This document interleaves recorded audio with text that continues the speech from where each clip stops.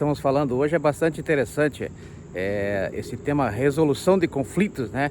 Como já demonstrado, por exemplo, né?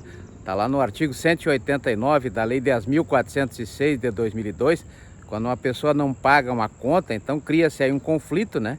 E tem um prazo que é o chamado prazo de prescrição, que no caso do artigo 189 está previsto lá no artigo 206, 205, 206 da Lei 10.406 de 2002, sendo que o artigo 205 traz o prazo aí máximo de 10 anos, né? Aí prescreve a dívida, né? Então veja que nós temos aí a questão do conflito, e há três formas de resolução de conflito, né? Já vimos desde o início isso.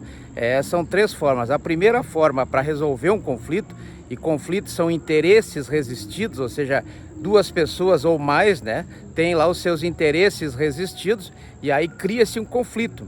E normalmente quando as pessoas não conseguem resolver, né, buscam o exercício da jurisdição. Então a primeira forma de conflito é exatamente a autotutela, né? O que é autotutela? É aquela forma de resolução de conflito aonde a própria pessoa pode resolver sem a presença do Estado, sem a presença de ninguém, né? Então a pessoa mesmo vai lá e resolve, né? Exemplo, por exemplo, o artigo 25, por exemplo, ficou excelente, né?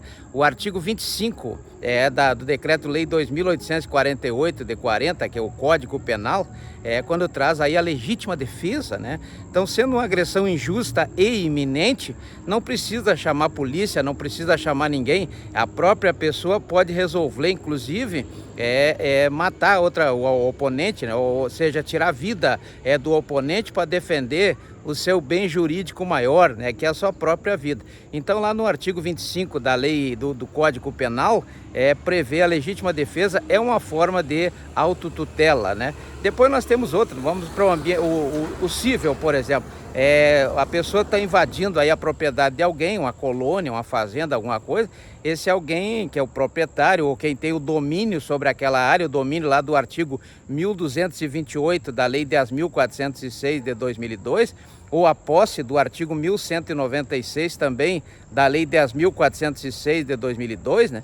Pode então agir por conta própria também. É o chamado de esforço imediato, lá do artigo 1210, parágrafo 1º, da Lei 10.406 de 2002, né? Então, de esforço imediato. Então, temos a legítima defesa, temos aí o de esforço imediato. Também tem outro coletivo aí que é a greve, né? A greve lá do artigo 37, inciso 7º da Constituição Federal, no caso dos servidores públicos, agentes públicos, né? A greve que está prevista aí lá no artigo 9º da Constituição Federal, regulada pela Lei 7.789 de 89, né? A greve, muitas pessoas perguntam se o agente público pode fazer greve. Lógico que pode fazer greve, né? Logicamente, como prevê 3 mandados de injunções, aí uma decisão realista, né? Aquela decisão lá do Alf Ross, pelo direito positivo lá do nosso Conte, do Kelsen, do Hart, né? Esse não há essa possibilidade aí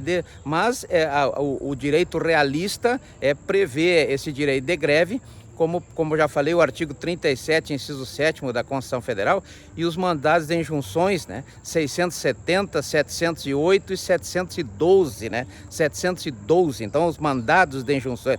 Mandado de injunção é aquele que na verdade, previsto na Lei 13.300 de 2016, está lá no artigo 7º, artigo 5º, inciso 71 da Constituição Federal, quando faltam a lei regulamentadora de algum motivo, de um direito previsto na Constituição Federal, se busca isso no Poder Judiciário, através do mandado de injunção, né? Então dê uma olhada aí nesses mandados de injunções 670, 708 e 712, quanto à possibilidade de greve dos agentes públicos, né? Então o direito de greve é um direito que é previsto, uma forma de pressão dos trabalhadores para os empregadores, né?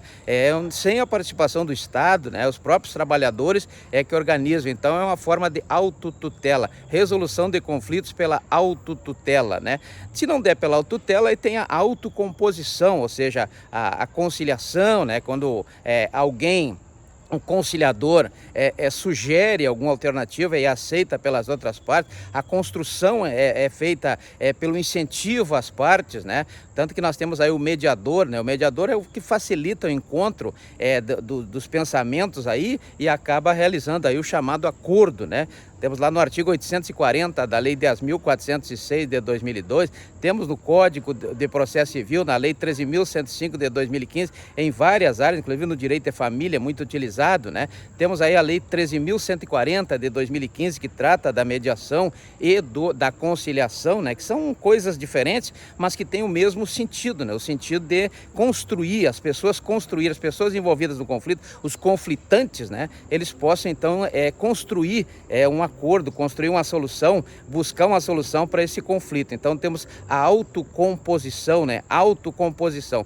Temos também que quando não der pela autotutela, não der pela autocomposição, então deve-se buscar aí a terceira alternativa, que é exatamente a heterocomposição, né? A heterocomposição ela é realizada ou pela jurisdição ou pela arbitragem, né? Quando for o caso de empresas, por exemplo, normalmente as empresas optam pela arbitragem da Lei 9.307 de 96, Lei 9.307 de 96, pelo menos na primeira fase, a fase do conhecimento, né? Depois tem a sentença arbitral lá no artigo 23 da Lei 9.307 de 96, artigo 23, que é um título executivo judicial, como prevê o artigo 515, inciso 7º da Lei 13.105 de 2015, e aí a partir dessa sentença, sentença arbitral líquida, certa e exigível, como exige o artigo 782 da Lei 13.105 de 2015, poderá então haver a execução no caso de descumprimento daquilo que for acordado durante a arbitragem, ou que for decidido pelo árbitro, né? Nos termos da Lei 9.307 de 96. A outra forma é a jurisdição. Toda pessoa que tiver aí que julgar ter um direito seu lesado ou ameaçado de lesão, a pessoa poderá então se socorrer aí da jurisdição, é um direito de ação, né?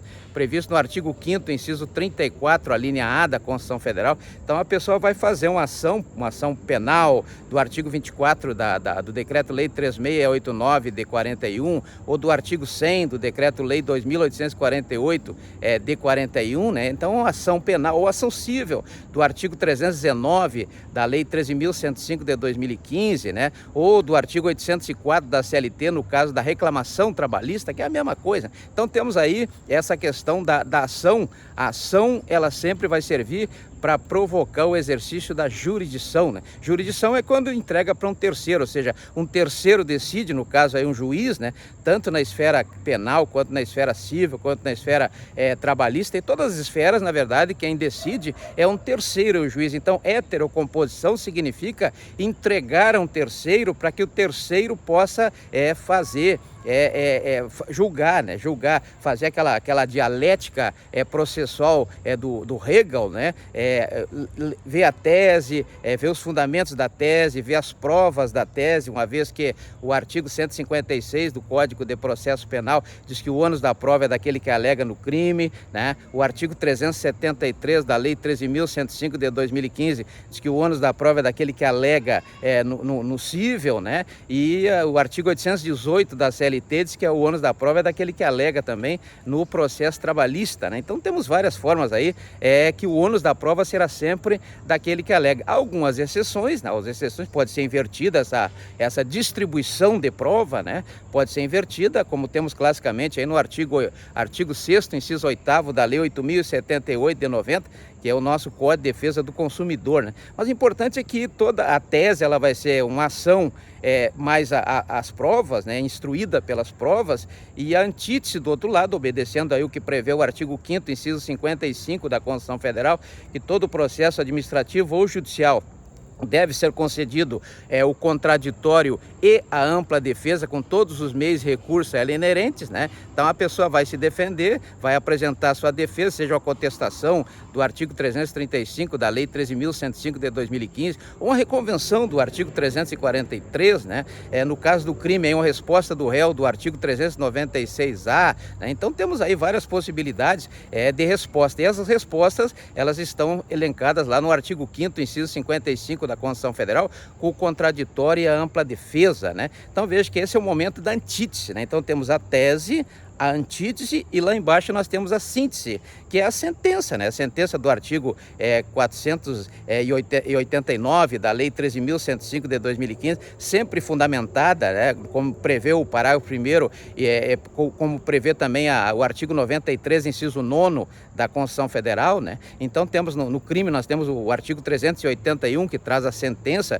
Para o Tribunal do Júri já é outro artigo, o artigo 492, ambos 381 e 492 estão lá no Decreto-Lei 3.689 de 41, né? Também temos aí a sentença trabalhista que sai lá do artigo 850, que é a audiência, né? 850 da CLT, etc. Então veja que nós temos aí uma forma interessante. No direito trabalhista é importante porque prevê a tentativa de conciliação no início da sentença e também no final, né? O juiz, para conceder, para fazer essa sentença, para prolatar essa sentença, ele tem que primeiro oferecer a oportunidade da autocomposição, né? Da autocomposição, ou seja, um acordo, a verdade ficta entre as pessoas, buscar a verdade ficta, né? Não aquela verdade real, que é difícil, né? E nem a verdade processual, que é o que interessa para o processo, aquilo que é levado do processo. Na tese é levado pelas provas quando tem aí a petição, né? E na defesa, lá na antítese, na defesa também tem as provas. Então, tudo que se alegar na defesa